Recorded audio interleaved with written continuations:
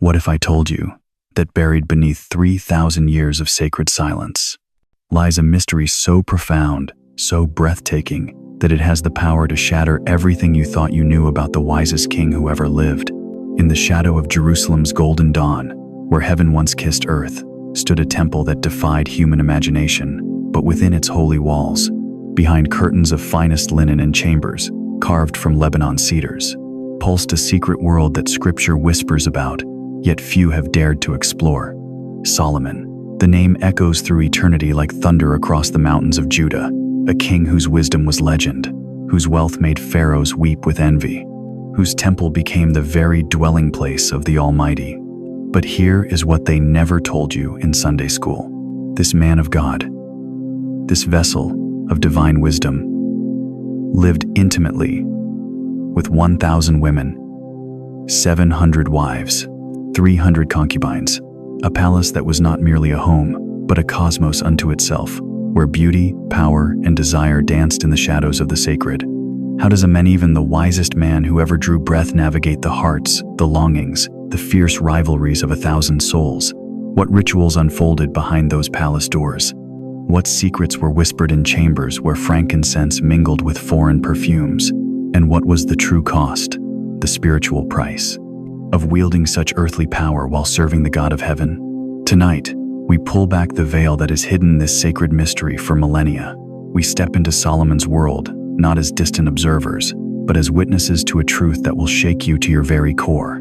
Because what happened in those temple halls, what transpired between those golden walls, carries a warning that echoes into our own time, a revelation about power, about desire, about the thin line between divine blessing and spiritual destruction. Before we journey together into this forbidden history, I want to say something from my heart. Thank you to every single one of you who has supported this message through Super Thanks. Your generosity means more than you know. You're not just donating, you're helping spread light to others who feel alone in their calling. Whether you give or not, I'm deeply grateful for your presence here. Your support, your time, your attention, it all matters. And if this message resonates with your soul, go ahead and share it with someone who needs to hear this truth. But I must ask you this one haunting question before we begin. If Solomon, blessed with divine wisdom beyond measure, could lose his way in the very shadows of God's temple, what does that mean for us? The answers lie waiting in the chambers of the king. In the beginning, there was silence, the kind of silence that holds its breath before God speaks. And on a morning in Jerusalem, 3,000 years ago, that silence was about to be shattered by the sound of hammers that would never come. Picture this with me. The sun rises over the ancient hills of Judah, casting golden fingers across a city that has seen empires rise and fall. But on this particular dawn, something unprecedented is stirring. On Mount Moriah, the very place where Abraham once raised a knife over his beloved Isaac, the earth trembles not with sacrifice, but with anticipation.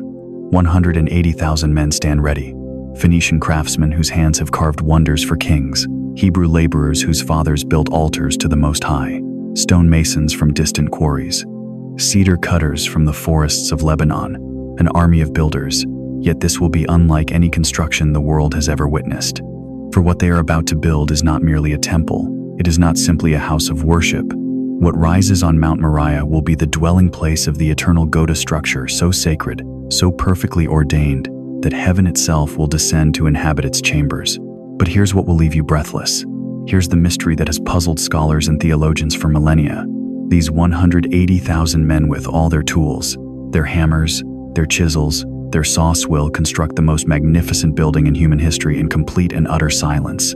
1 Kings 6-7 records it with stunning precision. The temple, when it was being built, was built of stone prepared at the quarry, so that no hammer or axe or any iron tool was heard in the temple while it was being built. Can you fathom this? Can your mind even wrap around what this means? Every stone, every beam, every golden ornament was prepared miles away, then brought to the sacred mount and fitted together like pieces of a divine puzzle. The temple rose in supernatural quiet as if God himself was holding his breath while his earthly throne room took shape. This was not construction. This was consecration in motion. And oh, the materials. The wealth that flowed into this sacred project would humble the treasuries of empires. Gold, not just any gold, but the finest from Ophir, covered every surface until the very walls seemed to pulse with divine light. The cedar of Lebanon, those ancient trees that had witnessed the rise and fall of civilizations, surrendered their heartwood to become the temple's framework. Each beam was chosen not just for strength, but for spiritual significance. Cedar, the wood that never decays, symbolizing the eternal nature of God's covenant. But it was the cherubim that took your breath away. These weren't the chubby-cheeked angels of Renaissance paintings. These were colossal beings of overwhelming majesty, carved from olive wood and overlaid with gold, their wings stretching from wall to wall in the Holy of Holies. Each wing was 15 feet long. Their faces gazed toward the mercy seat where the very presence of God would dwell. Solomon understood something that escapes us in our modern rush to build and create. He understood that when God designs something, every detail carries weight in eternity. The temple's proportions weren't random. Its measurements weren't convenient. Every cubit, every span, every handbreadth was dictated by the same voice that spoke light into existence. The holy place measured 60 feet long, 20 feet wide, 30 feet high. But the Holy of Holies, the inner sanctuary where God's presence would rest, was a perfect cube, 20 feet by 20 feet by 20 feet. Perfect symmetry, perfect balance, a chamber that spoke of the perfection of the one who would inhabit it. And the silence, that supernatural silence that surrounded the construction. It wasn't just about reverence. Though reverence ran bone deep through every worker, it was prophetic. It was a preview of the day when all of creation will hold its breath in the presence of the King of Kings.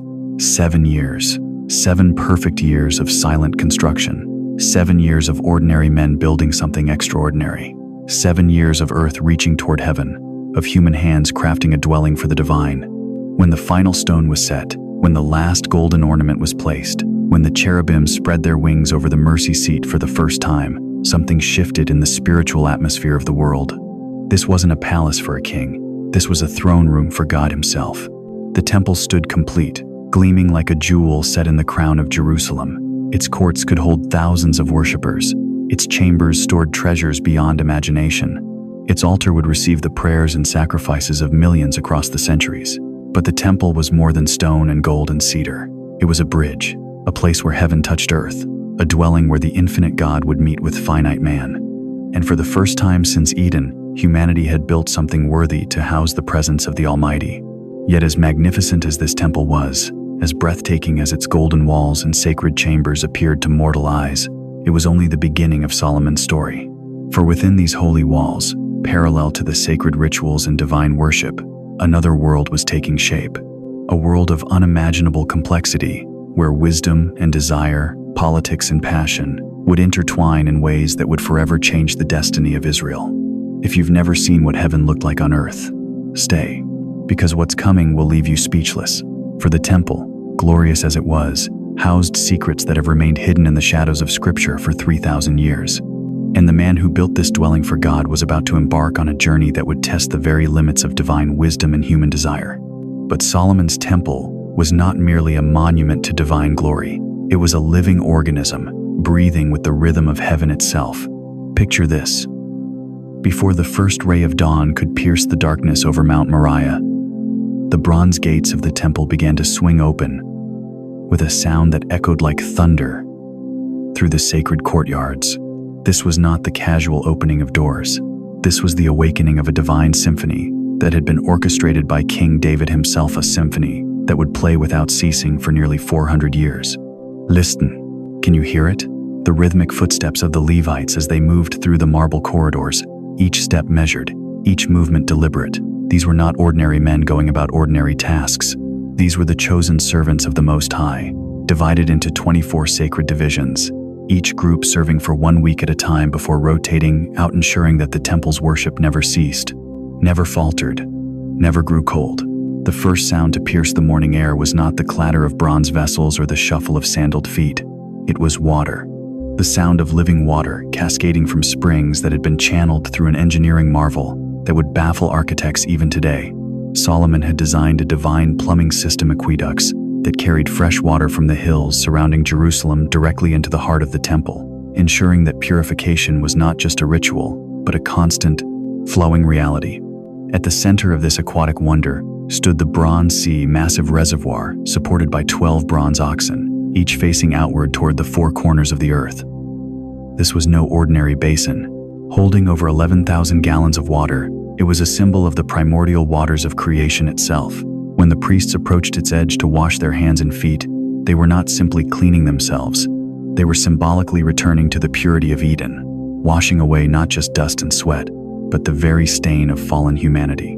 The ritual was precise, sacred, unbreakable. Each priest would approach the Bronze Sea in silence, his linen garments woven from fabric so fine it seemed to capture light itself, rustling softly in the morning breeze. The linen was not chosen arbitrarily. In ancient Israel, linen represented righteousness, purity, the very garments that angels wore in the presence of God. As the priest dipped his hands into the sacred water, he was participating in something that transcended the physical realm, was being clothed with holiness itself.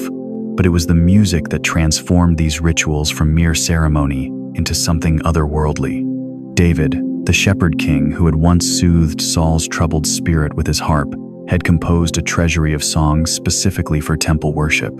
These were not casual melodies or entertainment for the masses. Every note was prayer made audible. Every harmony was obedience transformed into song. Every rhythm was the heartbeat of heaven descending to earth.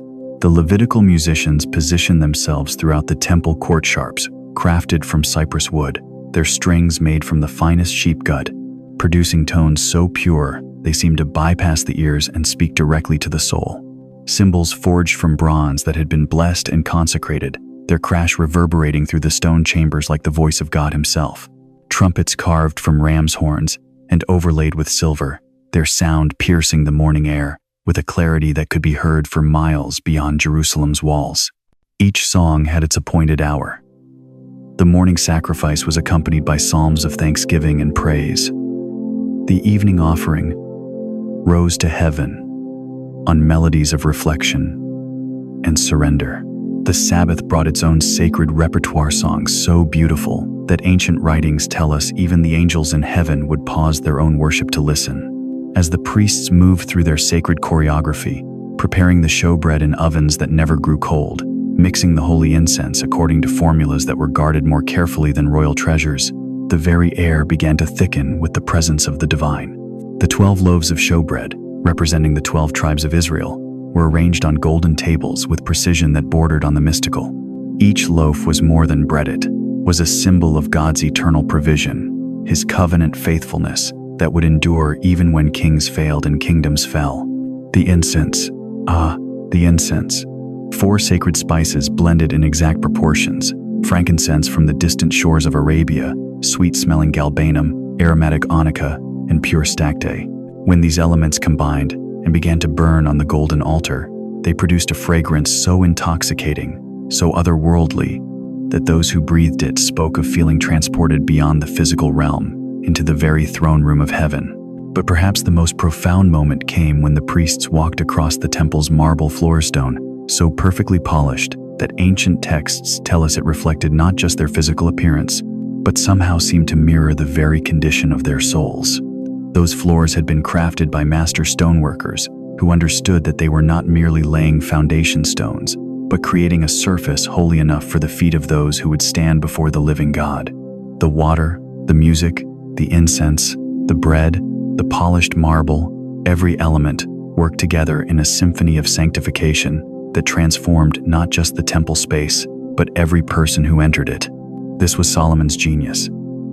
He had created not just a building, but a machine for holiness, a divine instrument that could take ordinary human beings and, through sacred rhythm and holy choreography, lift them into the very presence of their Creator.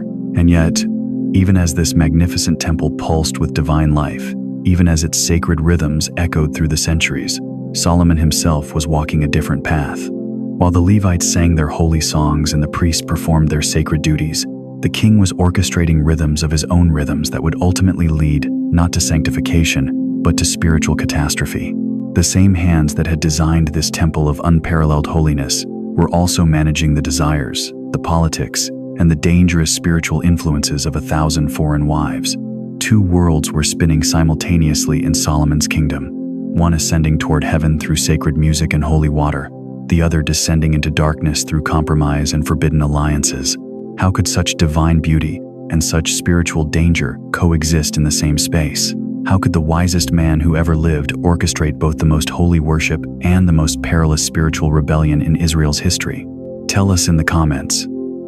If you could walk one day in Solomon's temple, what would you pray? What would you ask the God who dwelt between the cherubim? Because as we're about to discover, even the most sacred spaces can become stages for the deepest spiritual battles. But behind the golden walls of Solomon's temple, beyond the sacred courts where priests burned incense and the Levites sang their ancient songs, lay another world entirely.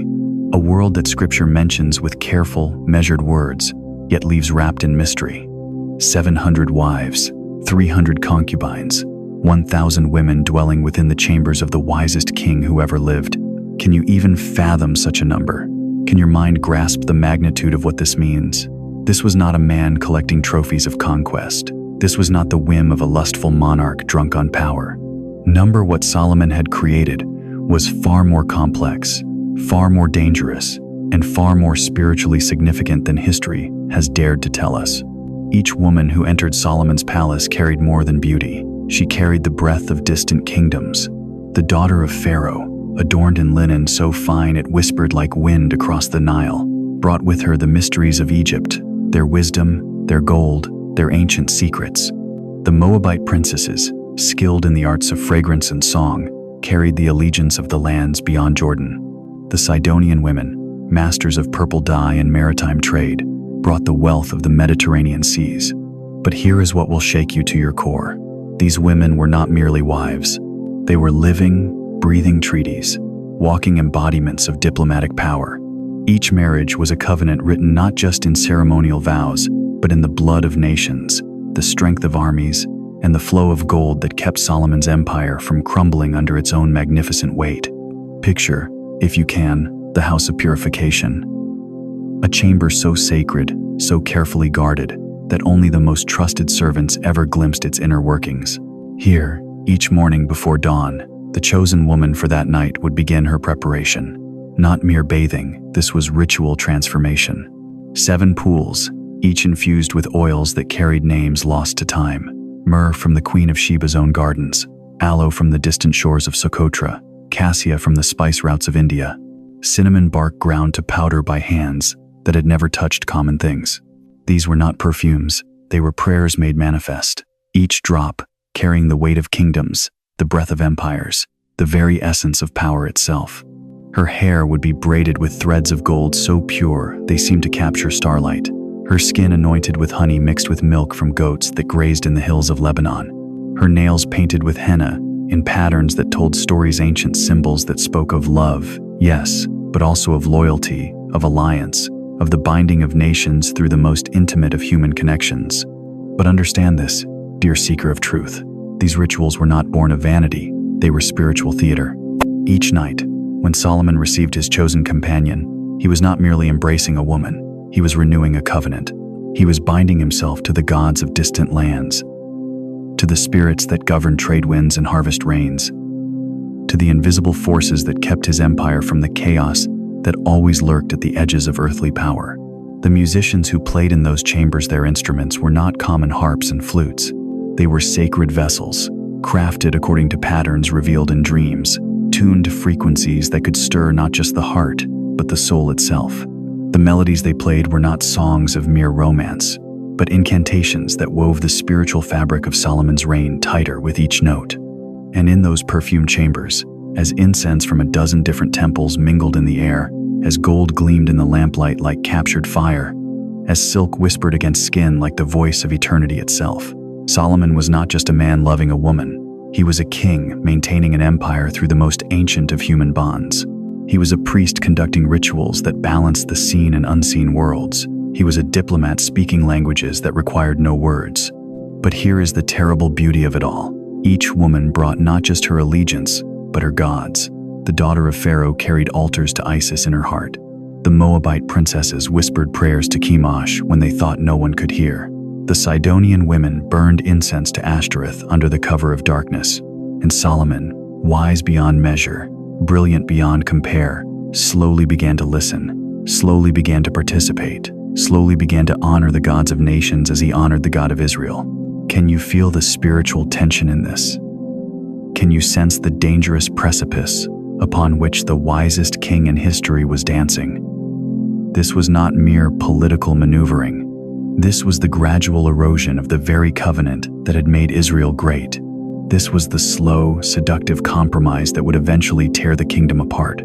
It wasn't love he managed. It was an empire of desire, ambition, and spirits. 1,000 queens ruling not just chambers and gardens, but the invisible realm where loyalty and betrayal danced together in eternal, deadly embrace. And now we must ask ourselves the question that cuts to the very heart of this mystery. If Solomon, blessed with divine wisdom beyond any mortal man, could be slowly, subtly led astray by the very alliances that made him powerful, what does this tell us about the nature of compromise? About the price of worldly success? About the thin, almost invisible line between blessing and curse? The answers lie deeper still, in chambers where the sacred and the profane became so intertwined that even the wisest man in history could no longer tell them apart. Share this if you feel what Solomon faced was more than humanly manageable, because what we're about to discover next will reveal the true cost of wielding power over both the earthly and the eternal realms. The palace walls whispered secrets in the dead of night, but there was one secret, one mystery, that even Solomon's 1,000 wives never fully understood. A power that moved beyond flesh and blood, beyond politics and passion, into realms where angels fear to tread. For you see, the wisest king who ever lived carried with him an artifact so ancient, so terrible in its authority, that to speak its name was to invoke forces that dwelt in the spaces between heaven and earth. The Ring of Solomon. Not mere jewelry, not a symbol of earthly authority, but a seal, a binding, a key that unlocked dominion over the invisible world. Ancient texts whisper that upon this ring was engraved the sacred name of God, the Tetragrammaton. Those 4 Hebrew letters so holy that to speak them incorrectly meant death. But here lies the mystery that has haunted theologians for millennia. How does a man of God, a vessel chosen by the Almighty himself, come to wield power over demons and fallen spirits?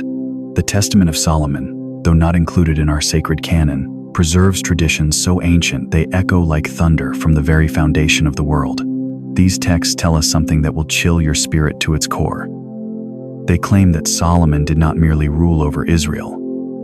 He ruled over legions of the damned. Picture, if you can, the scene unfolding in the hidden chambers beneath the temple. The air thick with frankincense and something else.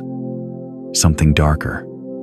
Solomon, robed in linen white as snow, standing before beings whose very presence made the stones of the foundation tremble, not as their master through his own strength, but as one clothed with divine authority so absolute that even the principalities of darkness had no choice but to bow.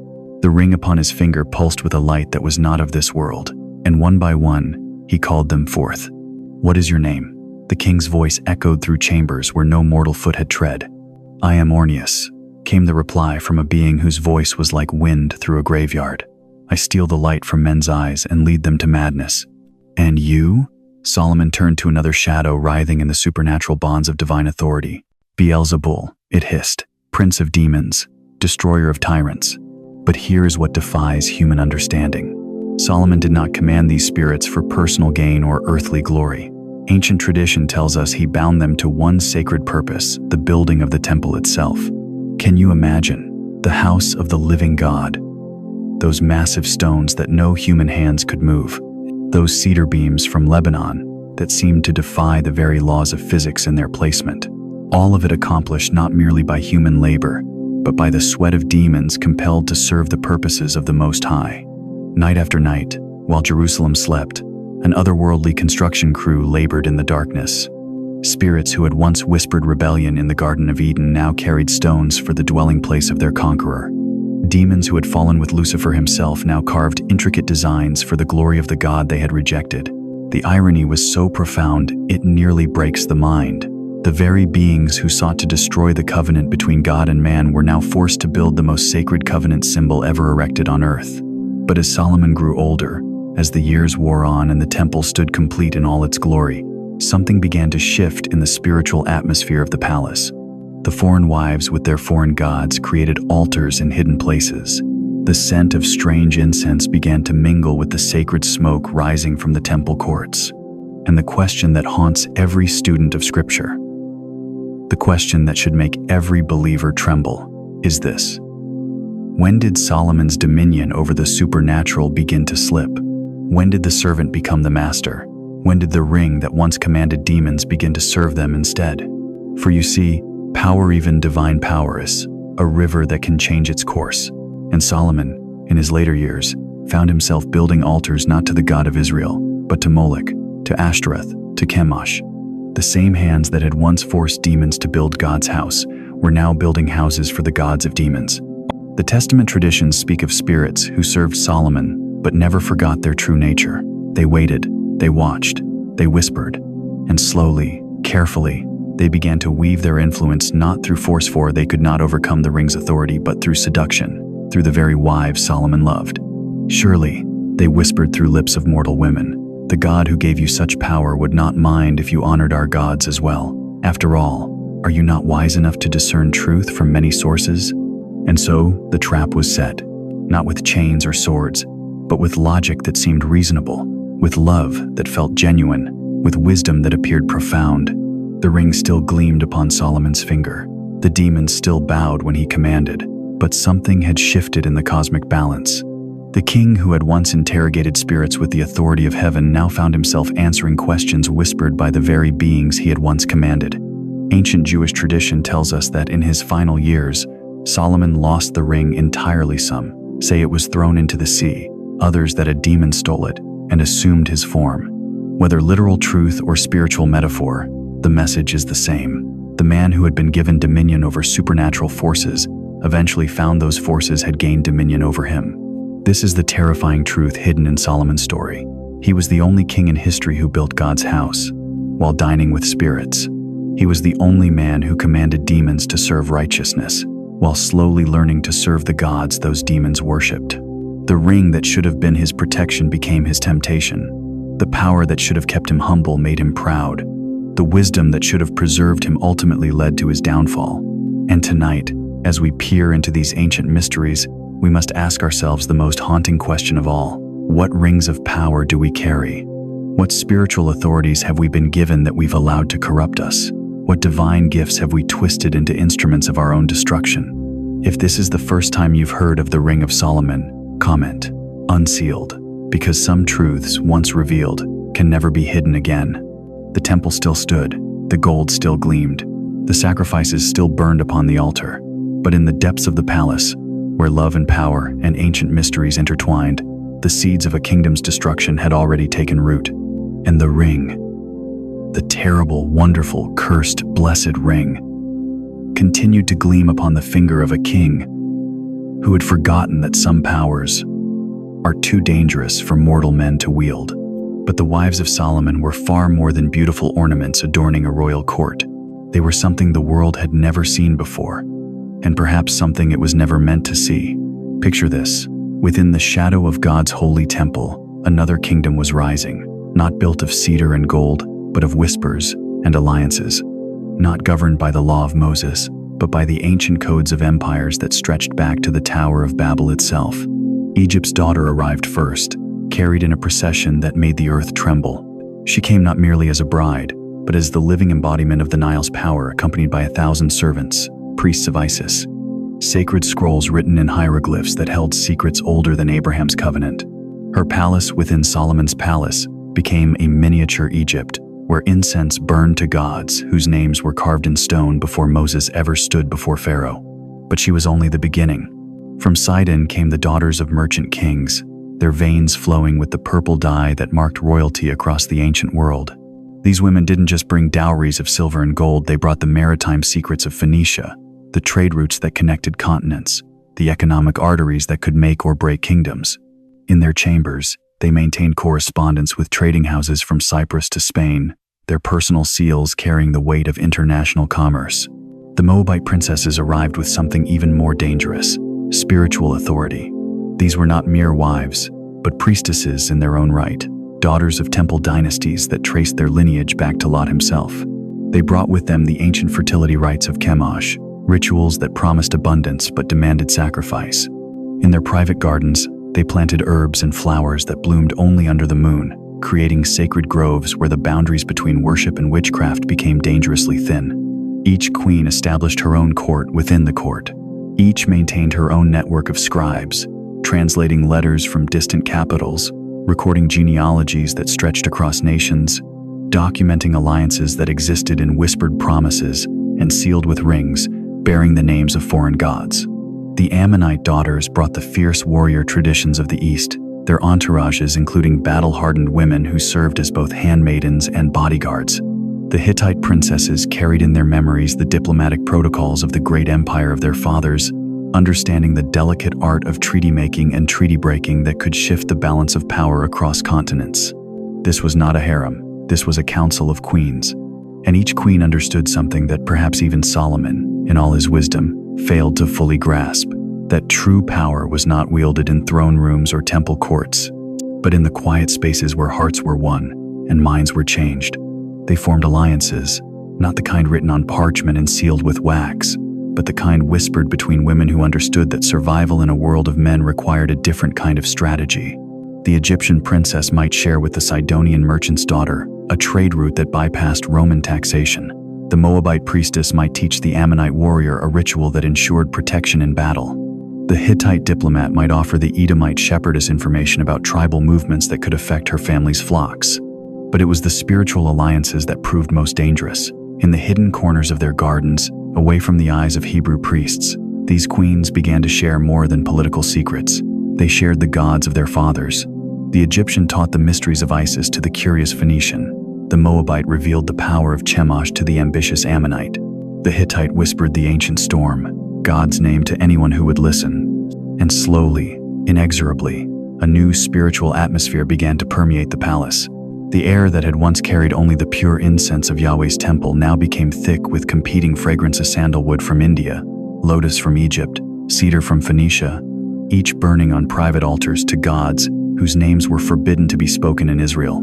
The most cunning among them understood that the pathway to Solomon's heart was not through his bedchamber, but through his mind. They engaged him in conversations about philosophy, about the mysteries of the cosmos, about the spiritual practices of distant lands. What began as intellectual curiosity became something far more dangerous: spiritual compromise. Solomon, the man who had been granted wisdom beyond measure, found himself drawn into theological discussions that would have horrified his father David. The Egyptian princess spoke eloquently about the balance of cosmic forces represented by Isis and Osiris. The Sidonian merchant's daughter explained the economic principles that her people believed were governed by Astarte. The Moabite priestess shared ancient texts that claimed to reveal the true names of creation's fundamental powers. Each conversation was a seed. Each shared ritual was a root. Each compromise was a branch of a tree that was growing in the very heart of God's chosen kingdom. The palace scribes, loyal to their respective queens, began maintaining records that would have horrified the chroniclers of Israel's history. Letters flowed constantly between Jerusalem and the capitals of the ancient world, carrying intelligence that could topple governments and information that could start wars. The queens of Solomon's house became the secret nerve center of international intrigue, their private chambers serving as the unofficial foreign ministry of a kingdom that was supposed to be set apart for God alone. And through it all, Solomon found himself in a position no king in history had ever faced. Every evening, as he walked through his palace, he was not merely returning to his private quarters. He was entering a diplomatic summit, a spiritual battlefield, a psychological maze where every conversation carried the potential to alter the destiny of nations. These women watched him, 1,000 pairs of eyes, each pair representing not just personal affection, but national interest. Each woman understood that her favor with the king could mean prosperity for her homeland or disaster for her enemies. Each knew that a whispered word at the right moment could redirect the course of trade routes, military campaigns, or religious policies. Solomon's real throne was not the ivory chair in his judgment hall, adorned with carved lions and approached by 12 steps. His true seat of power was far more complex, far more dangerous, and far more seductive than any physical throne could ever be. Solomon's real throne was in the eyes of 1,000 watching women, each one a queen in her own right, each one a gateway to a different world, each one a test of the wisdom that God had given him. And as the years passed, as the alliances deepened and the spiritual boundaries blurred, a terrible question began to whisper through the corridors of the palace. In trying to rule the nations through marriage, had Solomon instead allowed the nations to rule him? The answer to that question would determine not just the fate of one king, but the destiny of God's chosen people for generations to come. Because what was happening within those palace walls was not just about love or diplomacy or even wisdom. It was about the most fundamental question of faith. Can the people of God embrace the world without being consumed by it? Can you imagine a world where your spouse brings in 1,000 altars, where every day requires you to navigate not just the complexities of marriage, but the competing claims of foreign gods, where love and loyalty become tangled with politics and spiritual compromise?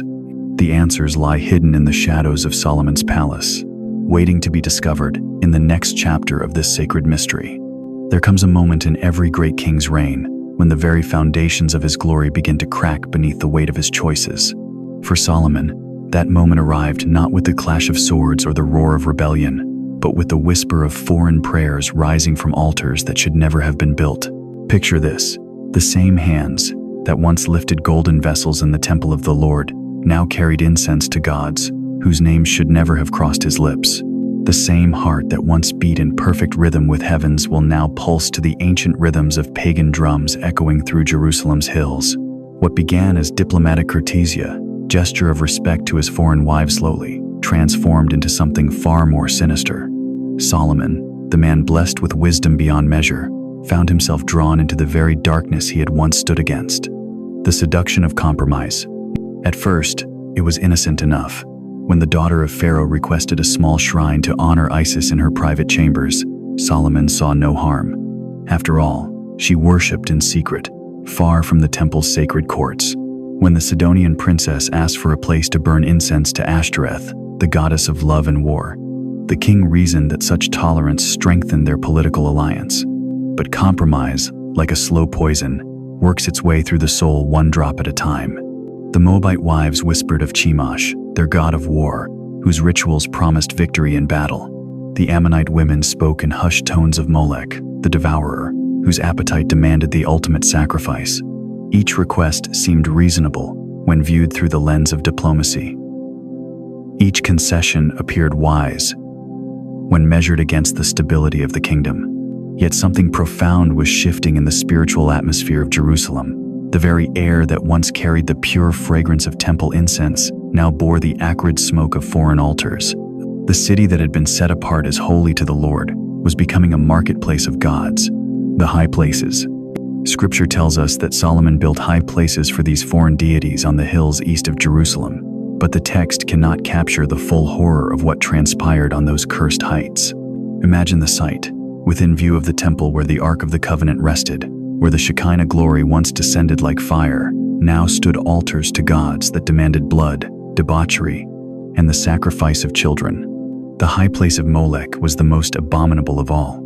Ancient texts describe rituals so horrific that even hardened pagan nations recoiled in disgust. The bronze image of the god, hollow and heated from within until it glowed like the fires of hell itself, would receive the screaming offerings placed in its outstretched arms.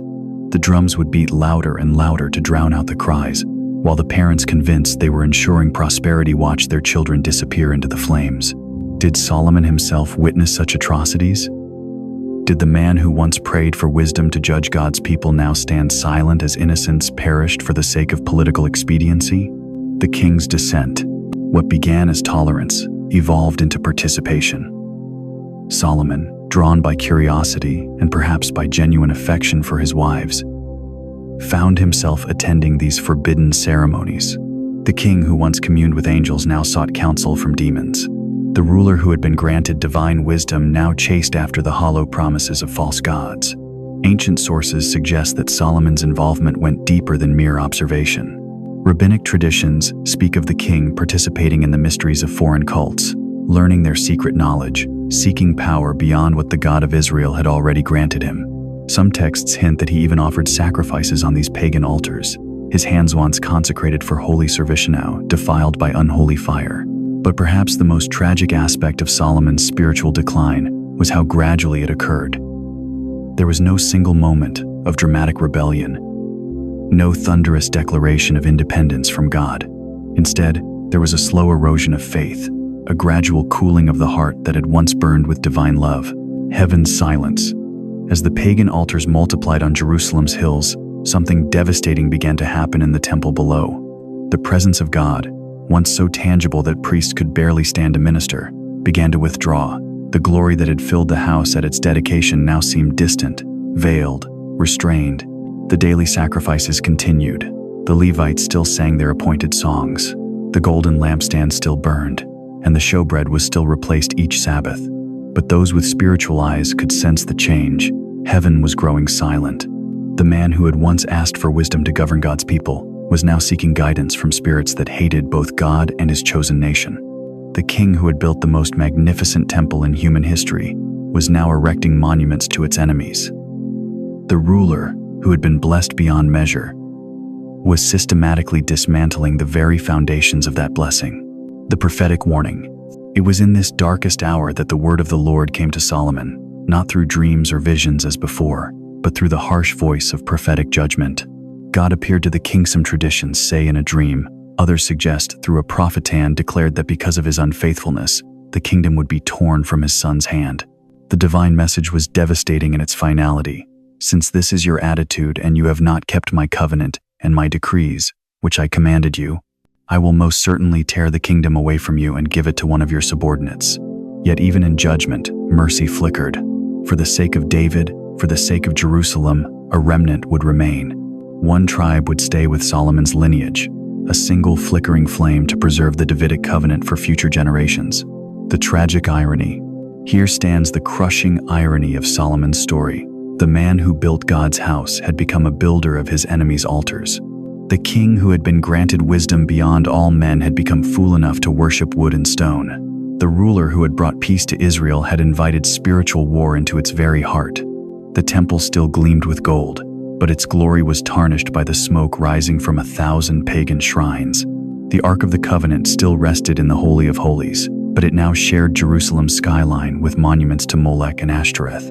The city chosen by God as his dwelling place had become a pantheon of false gods. Solomon's tragic end reminds us of a sobering truth. No amount of past blessing can protect us from present compromise. No level of spiritual achievement can substitute for daily faithfulness. The man who once communed with the Almighty died as a patron of his enemies, his heart divided among 1,000 loyalties, his soul fractured by the very loves he thought would bring him joy. The kingdom that had reached its zenith under divine favor now stood on the precipice of division and decline. The Golden Age was ending not with external conquest but with internal corruption. The greatest king in Israel's history had become the architect of its coming destruction. And in the shadows of those pagan altars, the seeds of national judgment were already beginning to sprout, promising a harvest of division, exile, and sorrow that would echo through the centuries to come. If your heart breaks for how far Solomon fell, and if you recognize the warning in his story for our own time, write, "Return to the Lord," in the comments below. Sometimes the greatest tragedy is not falling, it's forgetting how to get back up. Part 7. The children of the kingdom heirs to a divided throne. But perhaps the most haunting secret buried within Solomon's golden palace was not written in the chambers of his wives, but whispered in the nurseries of his children. Listen carefully to what Scripture does not say. In all the genealogies, in all the records of Solomon's reign, we find the name of only one son, Rehoboam, born to Naamah the Ammonite. One son, from 1,000 women. Does this silence not strike you as strange? The rabbis of old understood what we have forgotten. Behind that single name recorded in sacred text lies a palace teeming with princes and princesses, dozens of royal children, each one born not merely as an heir to Israel's throne, but as a living bridge between worlds that were never meant to be joined. Picture young Rehoboam awakening each morning in chambers that would make pharaohs weep with envy. Golden vessels filled with milk sweetened with honey from En-Gedi, servants from 7 nations attending to his every whim, Persian tutors teaching him the mysteries of statecraft, Egyptian wise men sharing the secrets of mathematics and astronomy, Phoenician masters instructing him in the arts of commerce and trade. But here lies the tragedy that cuts to the bone. In a palace where everything was provided, wisdom was the one thing that could not be inherited.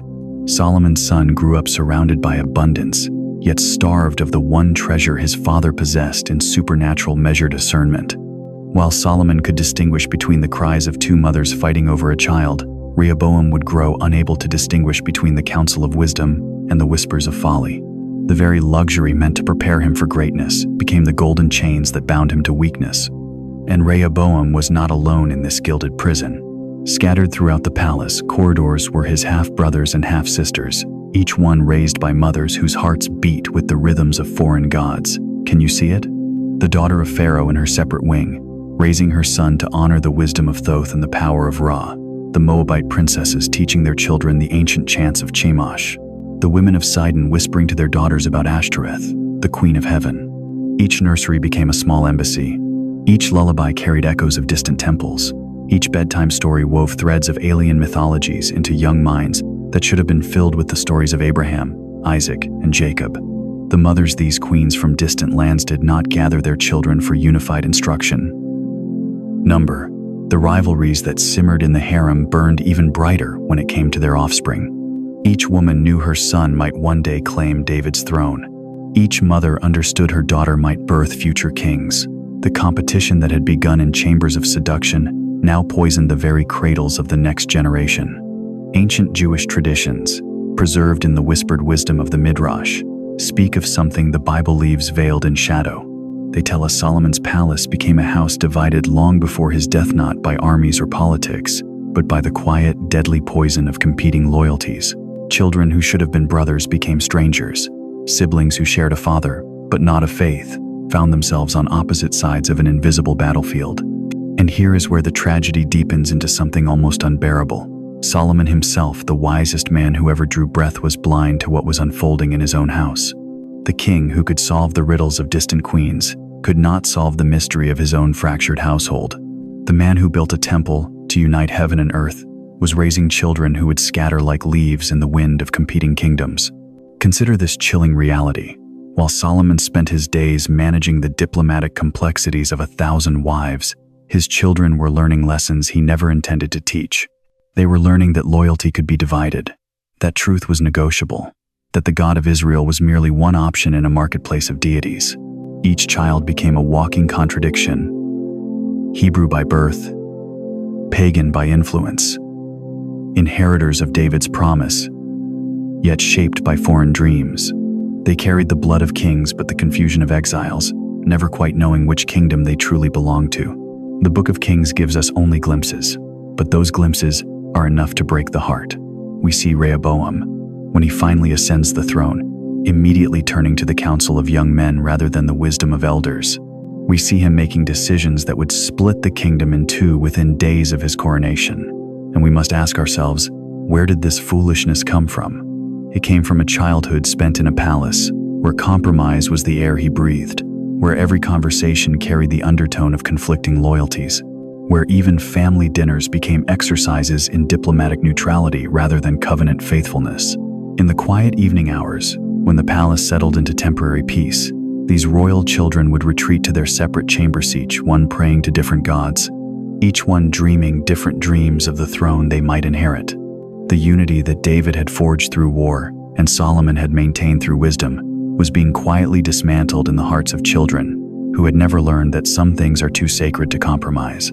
By the time Solomon realized what was happening, it was too late. The tolerance he had shown to foreign gods had become the inheritance he was leaving to his sons.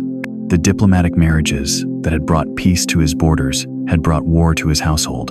The kingdom's fate was sealed not in the council chambers where treaties were signed, but in the nurseries where character was formed.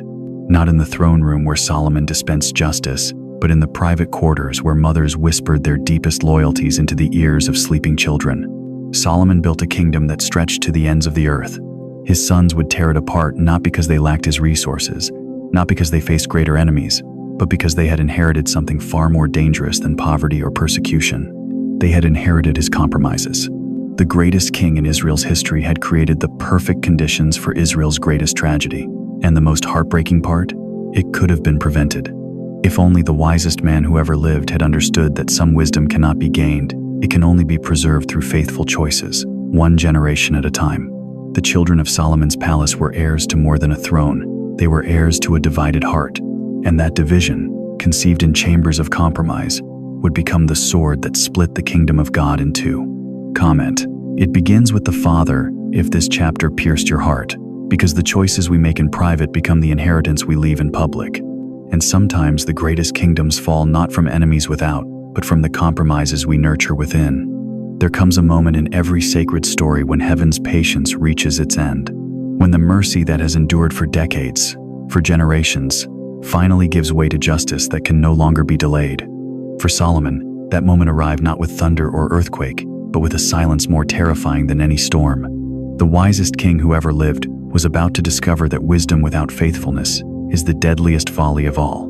Picture the aging monarch in his final years, his beard now silver with the weight of time, his eyes dimmed, not by age but by the shadows of compromise that had grown longer with each passing season. The man who once stood before the altar of dedication, whose prayer had brought fire from heaven, now walked through his palace past altars, dedicated to gods whose names should never have been spoken in the city of David.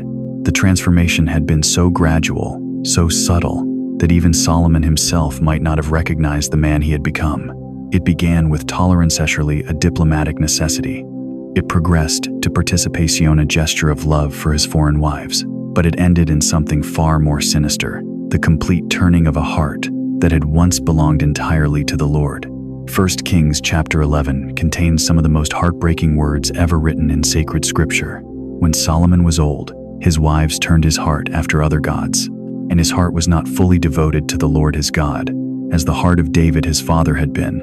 Let those words sink into your spirit, like stones dropping into still water. His heart was not fully devoted, not partially devoted, not mostly devoted, not fully devoted. The Hebrew text uses a word that cuts even deeper, shalom, meaning complete, whole, perfect. Solomon's heart was no longer whole before the Lord. The man whose very name meant peace had become a house divided against itself. The king who had prayed for wisdom above all earthly treasures had traded that wisdom for the fleeting pleasures of gods who demanded everything and gave nothing in return.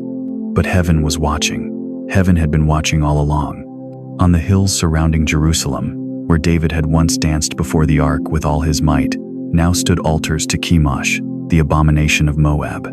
Where the psalms of praise had once echoed through the valleys, now rose the smoke of incense offered to Ashtoreth, the goddess of the Sidonians.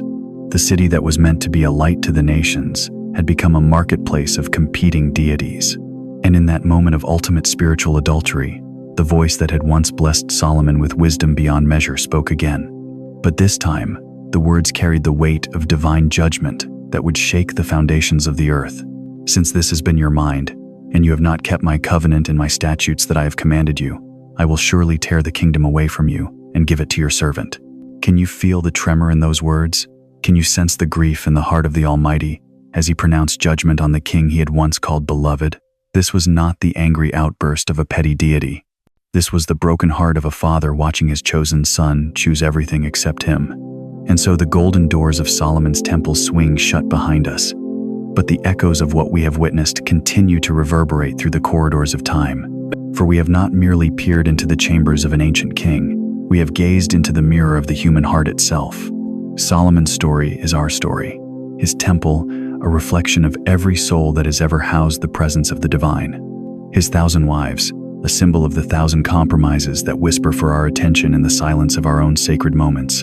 His wisdom, a reminder that knowledge without devotion becomes the very weapon that destroys what it was meant to protect. We began this journey asking how a man could manage the affections of 1,000 women. But perhaps the deeper question was always this: how does a heart, created to love one God completely, become divided among 1,000 lesser things? From the gleaming cedar chambers where foreign queens whispered the names of alien gods, to the nurseries where children learned to pray with divided hearts, to the final moment, when the Shekinah glory lifted from the Holy of Holies.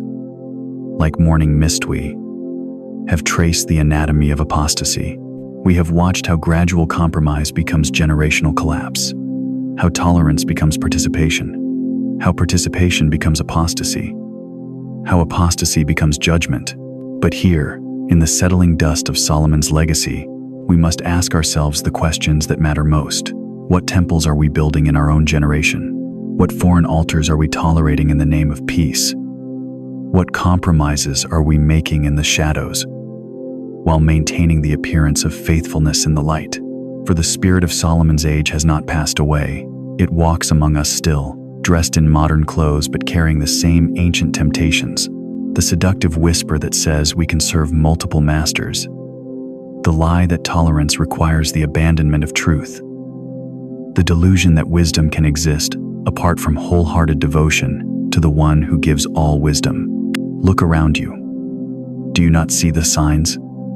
Nations dividing, hearts hardening, the sacred becoming secular, the eternal being traded for the temporary, children growing up in palaces of material abundance but spiritual poverty, leaders chosen for their ability to manage earthly kingdoms rather than their faithfulness to the heavenly one. We are living in Solomon's shadow. We are dwelling in the echo of his choices, and the question that hangs in the air like incense before the altar is this: will we learn from his story, or will we repeat it? The glory that departed from Solomon's temple did not disappear forever. Scripture promises that what was lost can be restored, what was divided can be made whole, what was corrupted can be purified, but only when hearts return to their first love, only when the divided become devoted, only when the compromised become consecrated. Perhaps this is why Solomon's story was preserved in sacred text, not as a historical curiosity, but as a prophetic warning, a roadmap of how the greatest blessing can become the deepest curse when wisdom walks apart from worship. The temple Solomon built with human hands fell to the armies of Babylon, but there is another temple made not with stone and cedar, but with living stones, a temple where each believer becomes a holy dwelling place, a temple where the choices we make in private determine whether the glory remains or departs. The question is not whether God will build his temple again. The question is whether we will be found faithful when he does.